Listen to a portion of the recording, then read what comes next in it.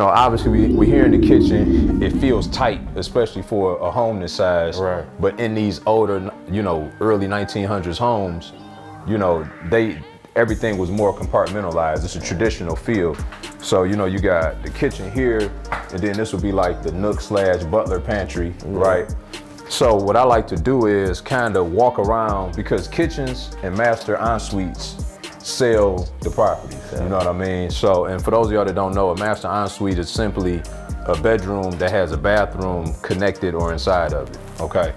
Those are what sell the home. So I always like to look at, how do I maximize the full potential of my kitchen? All right. So, right off the rip, one approach would be to try to keep it a galley style kitchen and maybe continue it into the butler pantry and eliminate that. Okay. But then we have to see, do you really have a nook? Because most people don't eat in traditional dining rooms anymore. They eat in a nook area, right? So for the sake of keeping the nook, then, you can come here in your traditional dining room area,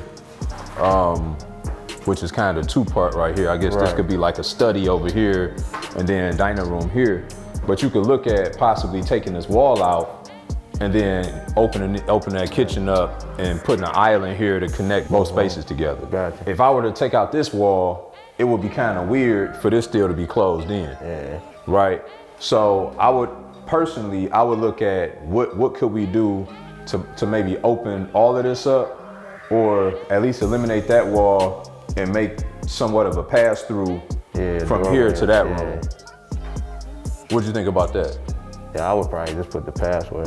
Okay. So you would open this up completely? Yeah, I would definitely need more space for that. Okay.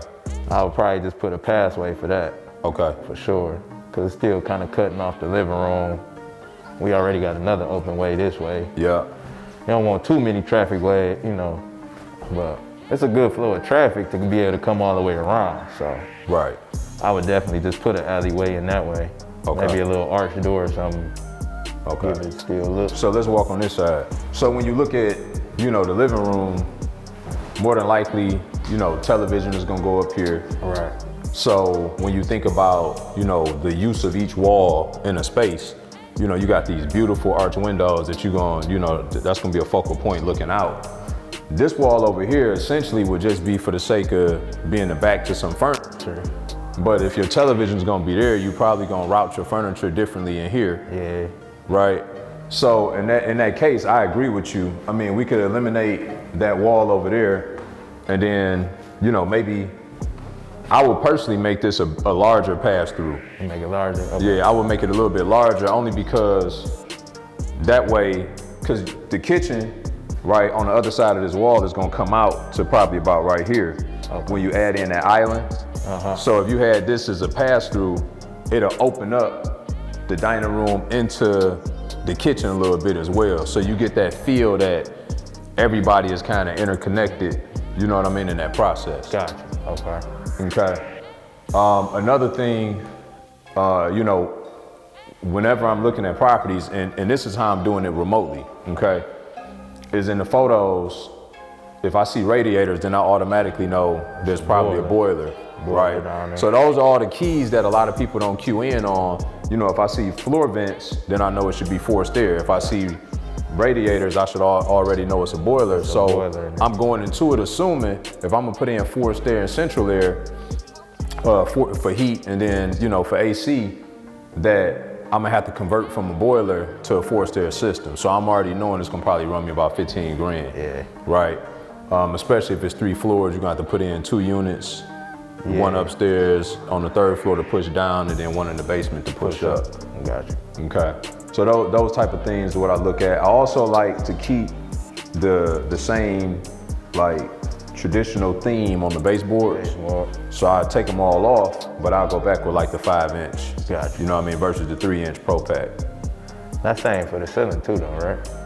So for the ceiling, if it's savable. Yeah, so for the ceiling, if it has the architectural plaster detail that you can salvage, I absolutely would. Okay. In some cases, it's mismatched to where, now this is actually in really good shape. So I would save the cove. Okay. Where you can't save them, then I'll re-drywall and then put up a crown molding. Gotcha. to keep with that same feel. You can put a nice, 2.5, 3 inch crown molding up, and it still give it that stately feel to it. Gotcha. Okay. Okay. So, plaster becomes very expensive to try to recreate.